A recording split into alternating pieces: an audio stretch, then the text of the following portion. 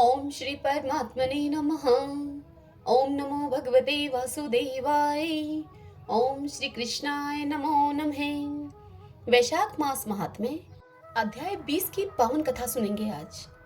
पिछले अध्याय में नारद जी राजा अम्बरीश को वैशाख मास में गंगा जी की महिमा बता रहे थे।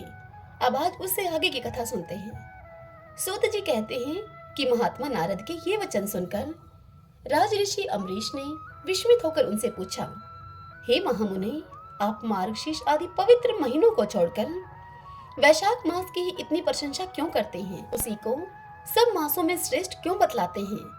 यदि माधव मास सबसे श्रेष्ठ और भगवान लक्ष्मीपति को अधिक प्रिय है, तो उस समय स्नान करने की क्या विधि है? वैशाख मास में किस वस्तु का दान, कौन सी तपस्या और किस देवता का पूजन करना चाहिए? हे कृपानिधि, उस समय किए जाने वाले पुण्य कर्म का आप मुझे उपदेश कीजिए। सदगुरु के मुख से उपदेश की प्राप्ति दुर्लभ होती है। उत्तम देश और काल का मिलना भी बड़ा ही कठिन होता है।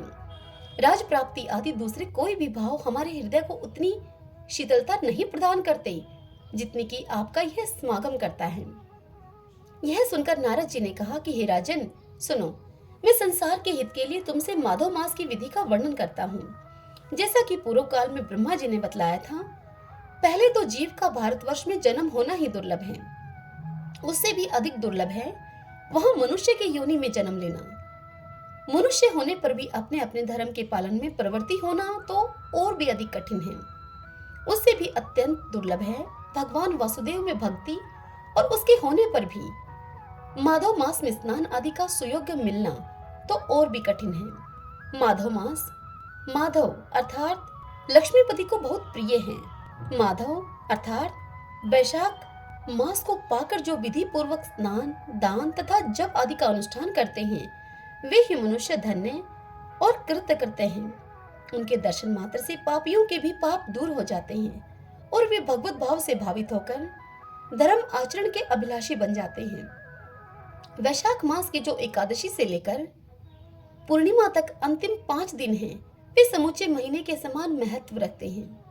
हे राजेंद्र, जिन लोगों ने वैशाख मास में भांति भांति के उपचारों के द्वारा मधु दैत्य के मारने वाले भगवान लक्ष्मीपति का पूजन कर लिया, उन्होंने अपने जन्म का फल पा लिया। भला कौन सी ऐसी अत्यंत दुर्लभ वस्तु है जो वैशाख के स्नान तथा विधि पूर्वक भगवान के पूजन से नहीं प्राप्त हो सकती? जिन्होंने दान, होम, जप, तीर्थ में प्राण त्याग तथा संपूर्ण पापों का नाश करने वाले भगवान श्री नारायण का ध्यान नहीं किया, उन मनुष्यों का जन्म इस संसार में व्यर्थ ही समझना चाहिए। जो धन के रहते हुए भी कंजूसी करता है, दान आदि किए बिना ही मर जाता है, उसका धन व्यर्थ है।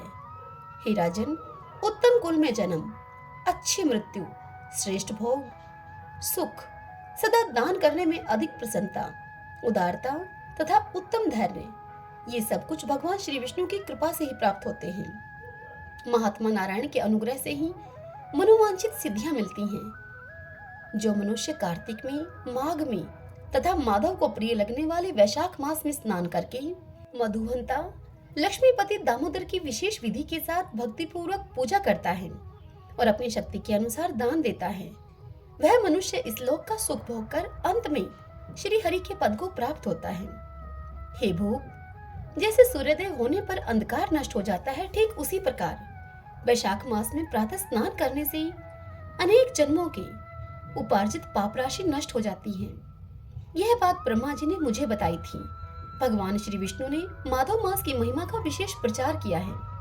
अतः इस महीने के आने पर मनुष्यों को पवित्र करने वाले पुण्य जल से परिपूर्ण गंगा तीर्थ, नर्मदा तीर्थ, यमुना तीर्थ अथवा सरस्वती तीर्थ में सूर्योदय के पहले स्नान करके भगवान मुकुंद की पूजा करनी चाहिए। इससे तपस्या का फल भोगने के पश्चात अक्षय स्वर्ग की प्राप्ति होती है। भगवान श्री नारायण अनामय रोग व्याधि से रहित हैं। उन गोविंद देव की आराधना करके तुम भगवान का पद प्राप्त कर लोगे। हे राजन, देवादिदेव लक्ष्मीपति पापों का नाश करने वाले हैं। उन्हें नमस्कार करके चैत्र की पूर्णिमा को इस व्रत का आरंभ करना चाहिए। व्रत करने वाला पुरुष यम नियमों का पालन करे, शक्ति के अनुसार कुछ दान दे, हविष्यान भोजन करे, भूमि पर सोए, ब्रह्मचार्य व्रत में दृढ़ता पूर्वक स्थित रहे तथा हृदय में भगवान श्री नारायण का ध्यान करते हुए कृच्छ आदि तपस्याओं के द्वारा अपने शरीर को सुखाए।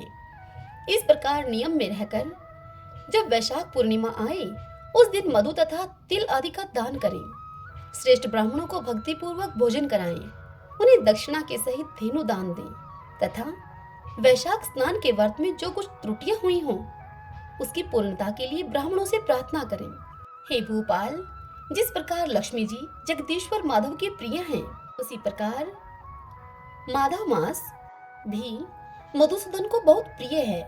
इस तरह उपयुक्त नियमों के पालन पूर्वक 12 वर्षों तक वैशाख स्नान करके अंत में मधुसूदन की प्रसन्नता के लिए अपनी शक्ति के अनुसार व्रत का उद्यापन करें। हे अम्बरीश, पूर्व काल में ब्रह्मा जी के मुख से मैंने जो कुछ सुना था वह सब वैशाख मास का महात्म्य मैंने तुम्हें बता दिया है। यह सुनकर राजा अम्बरीश ने पूछा कि हे नारद जी, स्नान में परिश्रम तो बहुत थोड़ा है, फिर भी उससे अत्यंत दुर्लभ फल की प्राप्ति होती है। मुझे इस पर विश्वास क्यों नहीं होता? मुझे मोह क्यों हो रहा है? यह सुनकर नारद जी ने अम्बरीश से कहा कि हे राजन, तुम्हारा संदेह ठीक है। थोड़े से परिश्रम के द्वारा महान फल की प्राप्ति असंभव सी बात है। तथापि इस पर तुम विश्वास करो, क्योंकि यह ब्रह्मा जी की बताई हुई बात है। धर्म की गति सूक्ष्म होती है, उसे समझने में बड़े बड़े पुरुषों को भी कठिनाई होती है। श्री हरि की शक्ति अचिंत्य है, उनकी कृति में विद्वानों को भी मोह हो जाता है। विश्वामित्रादि क्षत्रिय थे, किंतु धर्म का अधिक अनुष्ठान करने के कारण वे ब्राह्मण तत्व को प्राप्त हो गए। अतः धर्म की गति अत्यंत सूक्ष्म है। हे भोपाल, तुमने सुना होगा अजामिल अपनी धर्म पत्नी का परित्याग करके सदा पाप के मार्ग पर ही चलता था। तथापि मृत्यु के समय उसने केवल पुत्र के स्नेहवश नारायण कहकर पुकारा। पुत्र का चिंतन करके नारायण का नाम लिया, किंतु इतने से ही उसको अत्यंत दुर्लभ पद की प्राप्ति हुई। जैसे अनिच्छा पूर्वक भी यदि आग का स्पर्श किया जाए तो वह शरीर को जलाती ही है, ठीक उसी प्रकार किसी दूसरे निमित्त से भी यदि श्री गोविंद का नाम उच्चारण किया जाए तो वह पाप राशि को भस्म कर डालता है। जीव विचित्र है, जीवों की भावनाएं विचित्र हैं, कर्म विचित्र है तथा कर्मों की शक्तियां भी विचित्र हैं। शास्त्र में जिसका महान फल बताया गया हो वही कर्म महान है, फिर वह अल्प परिश्रम साध्य हो या फिर अधिक परिश्रम साध्य। छोटी सी वस्तु से भी बड़ी वस्तु का नाश होता देखा जाता है। जरा सी चिंगारी से बोझ के बोझ दिन के स्वाहा हो जाते हैं। जो श्री कृष्ण के भक्त हैं, उनके अनजाने में किए हुए हजारों हत्याओं से युक्त भयंकर पातक तथा चोरी आदि यह पाप भी नष्ट हो जाते हैं। हे वीर, जिसके हृदय में भगवान श्री विष्णु की भक्ति है, वह विद्वान पुरुष यदि थोड़ा सा भी पुण्य कार्य करता है तो वह अक्षय फल देने वाला होता है। अतः माधव मास में माधव की भक्ति पूर्वक आराधना करके मनुष्य अपनी मनोवांछित कामनाओं को प्राप्त कर लेता है। इस विषय में संदेह नहीं करना चाहिए। शास्त्र उक्त विधि से किया जाने वाला छोटे से छोटा कर्म ही क्यों न हो, उसके द्वारा बड़े से बड़े पाप का भी क्षय हो जाता है तथा उत्तम कर्म की वृद्धि होने लगती है। हे राजन, भाव तथा भक्ति दोनों की अधिकता से फल में अधिकता होती है। धर्म की गति सूक्ष्म है, वह कई प्रकारों से जानी जाती है।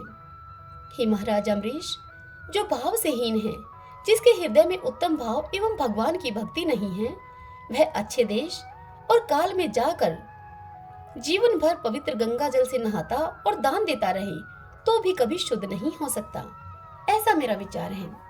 अतः अपने हृदय कमल में शुद्ध भाव से स्थापना करके वैशाख मास में प्रातः स्नान करने वाला जो विशुद्ध चित्त पुरुष भक्ति पूर्वक भगवान लक्ष्मीपति की पूजा करता है, उसके पुण्य का वर्णन करने की शक्ति तो मुझ में नहीं है।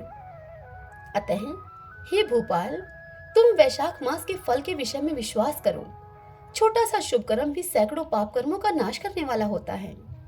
जैसे हरिनाम के भय से राशि राशि पाप नष्ट हो जाते हैं, ठीक उसी प्रकार सूर्य के मेष राशि पर स्थित होने के समय प्रातः स्नान करने से तथा तीर्थों में भगवान की स्तुति करने से भी समस्त पापों का नाश हो जाता है।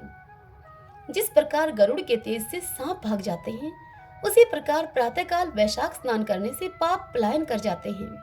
यह निश्चित बात है।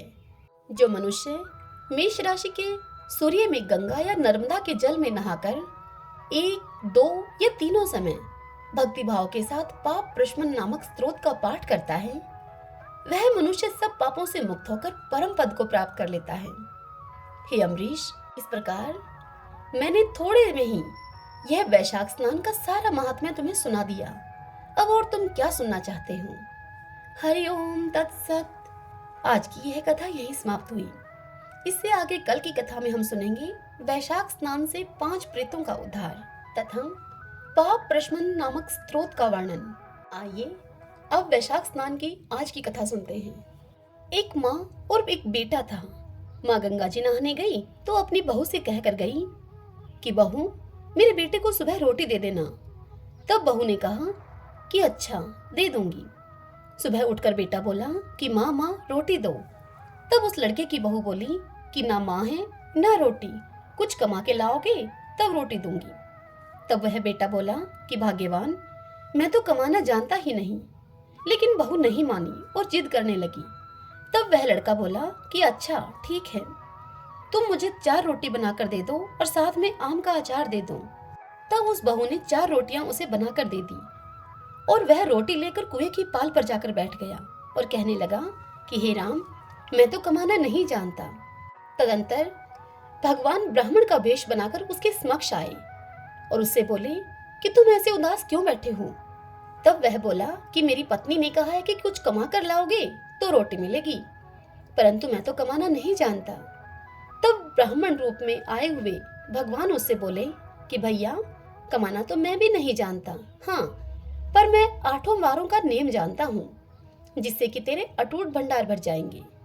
चावल के दाने और पानी की घंटी लेकर आ, ढके बर्तनों को उघाड़ो, औंधों को सीधा करो। तब ब्राह्मण ने कही और उसने सुनी।